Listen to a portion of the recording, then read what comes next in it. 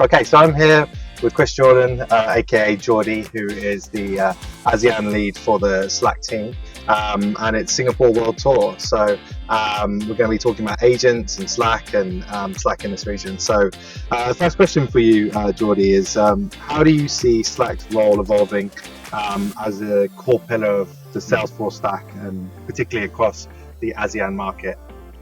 Well, hopefully the keynote was a good kind of taster of that, which is it's getting more and more prevalent. So I think if you look at the way Salesforce is going and what's happening, obviously there is a key focus on Agentforce. I think that's clearly underpinned by Data Cloud. Yeah. But I think that is very much the way that I think about it and simplify it anyway, is that is either the customer facing or the back end. And then there's this huge gaping gap in the middle of employee, right? And for me, that is where Slack is moving into the space. So I think there's a couple of things that we've seen in today and we'll continue to see, which is getting closer to Salesforce, with some exciting new innovations coming very soon that I'm testing right now.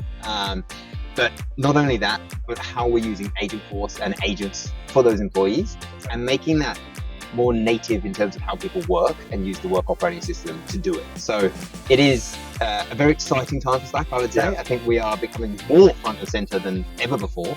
We're coming closer to core, but also we're becoming the employee engagement layer for those agents. So the only way is up. Yeah, great. And so you've spoken to many customers, and do you have an example of either internally a Slack AI agent that you use, or one you know that one of the customers in this region is using, or globally? So yes, firstly, let's start with us, customer zero. We are. It's funny. It's definitely a mindset change, I think, that is needed. We're seeing it with the team a lot. I get asked a lot of questions on my day-to-day job, as I'm sure you know, Lawrence. And quite often my response now is, have you asked the agent? Yeah. That agent is in Slack, right? It's very simple. It's very straightforward. That could be typically one of 2 or 3 agents.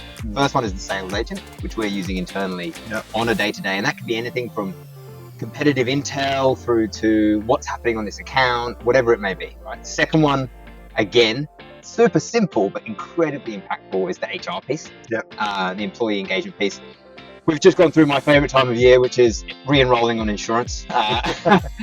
Let's be real, no one likes doing that. And what always used to happen is I would go to HR, for HR, and say, hey, is my daughter covered for XYZ? Right? Huge list of like 500 pages. I'm not going to read it. Let's be real. Now we've got the agent that can go through and pull out that information within seconds and say, hey, yes, no, here's what you need to know. Right? Like, if I just think about what that's done internally to free up our human resources team to actually focus on more high value tasks, it's absolutely amazing. So internally, those are kind of 2 probably that I use on the most day to day. The other third one, which is probably going to be even more critical, which is a good thing, we're hiring a lot at the moment, particularly. So the onboarding piece. Right? How do we start to automate some of that onboarding using those agents? So that's the third one. Then customer-wise, we're kind of in the early stages of a lot of some very exciting conversations with customers around this. And I think for me, I won't name the brands because I would need to get clearances, but a couple of them, the way this is exciting and why Slack is a key part of this is that when you think about the impact the agents are going to have, there is going to be learning curves, right, in terms of how these roll out. Now, if you think about that, you've got 2 options: customers, end customers, right, like for service, sales, cases, etc., and then the internal. Now, if I'm going to learn and trial and fail, which sometimes we will, I'd rather do that internally than customer facing. Very true. So a lot of the customers that we're working with are starting their internal agents in that. Now, some of the stuff is very simple, knowledge-based kind of use cases, right, which is very, very low kind of effort, extremely high reward. IT help desk, I'm locked out. Precisely. I need to change my password. Like, what's this? I've lost my phone. These simple things. So we're starting to see a lot of customers embrace that.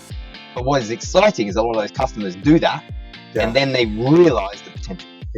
And that's where we're seeing this game changing, particularly in the Slack world, of going, hang on a second, if I can do this, then I can do this. If I can do that, then I can do this, right? And this is where we're seeing this huge kind of, I guess, hockey stick in terms of the use cases, but also the business value that that's bringing. There's one more that actually comes to mind, which is We're in the process at the moment. Yeah. Financial services company. Yeah. They have a whole bunch of wealth managers, right? Yeah. Very, very simple, but again, very impactful use case.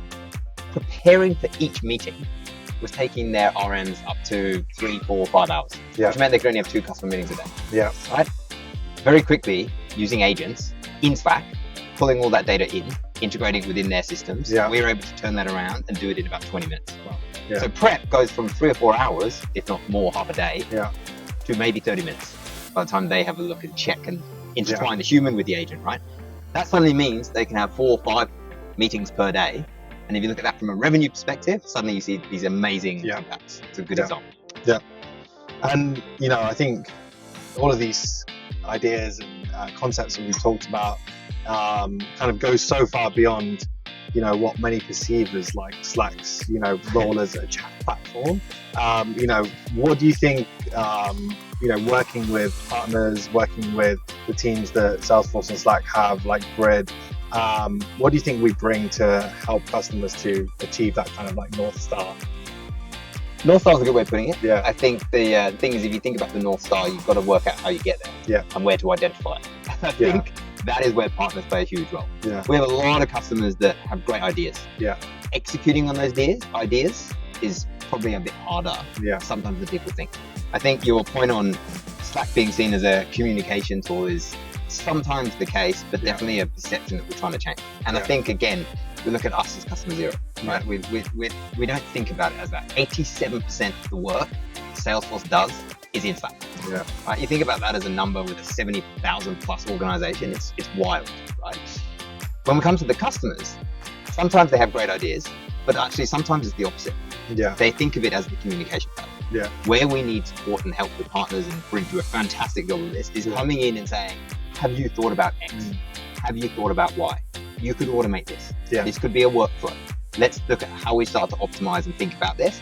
And then by doing that, that's where we start to unlock additional value, which allows the whole thing to grow together, right?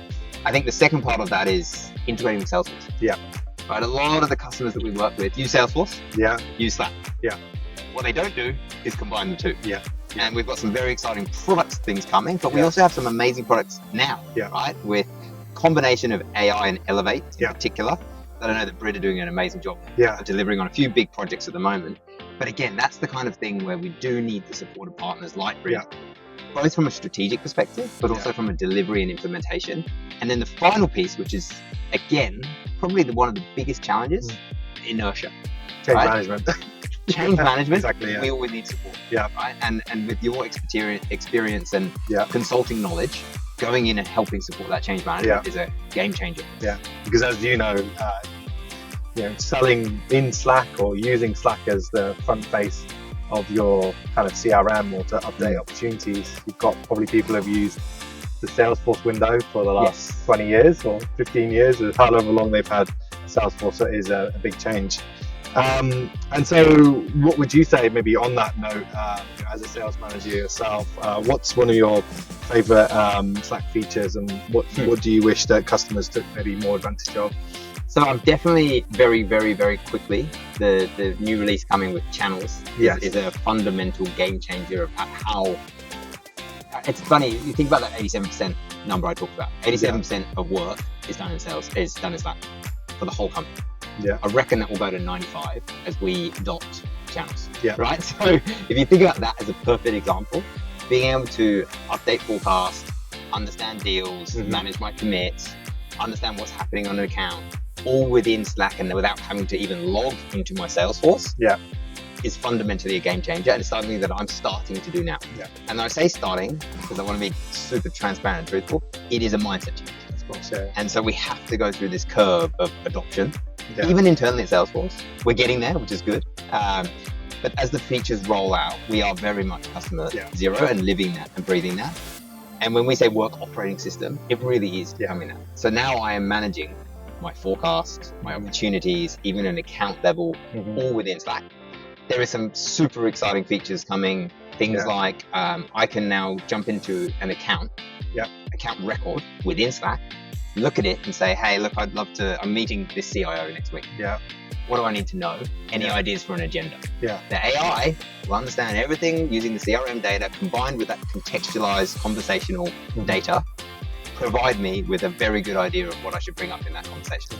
That is stuff that would have taken me weeks, if not meetings, because then I'd have to have a meeting with the professional services team, I'd have to meeting with the sales team, with the business team, and suddenly now, 20 seconds, I have the full kind of summary of what I should be doing.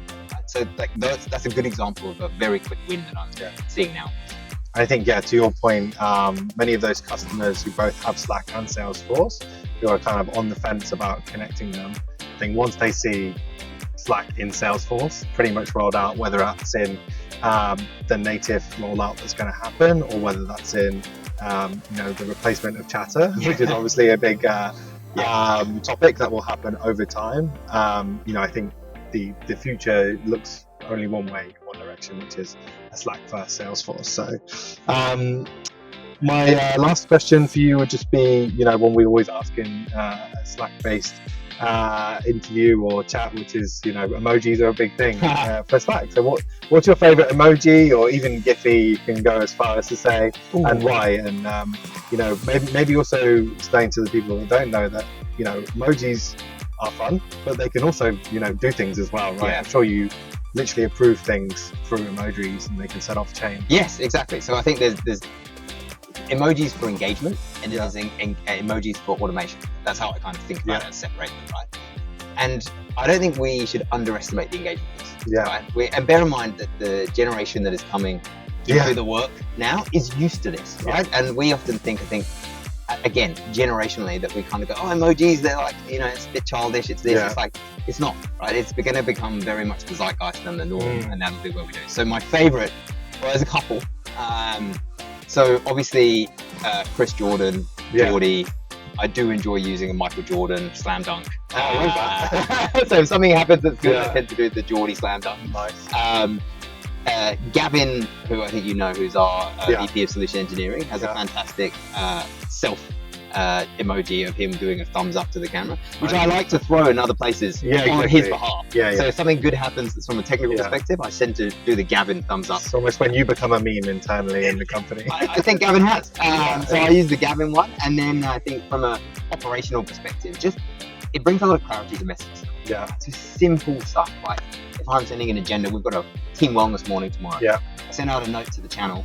It's got all the agenda items, and it's very clear: time, location, like little things like that.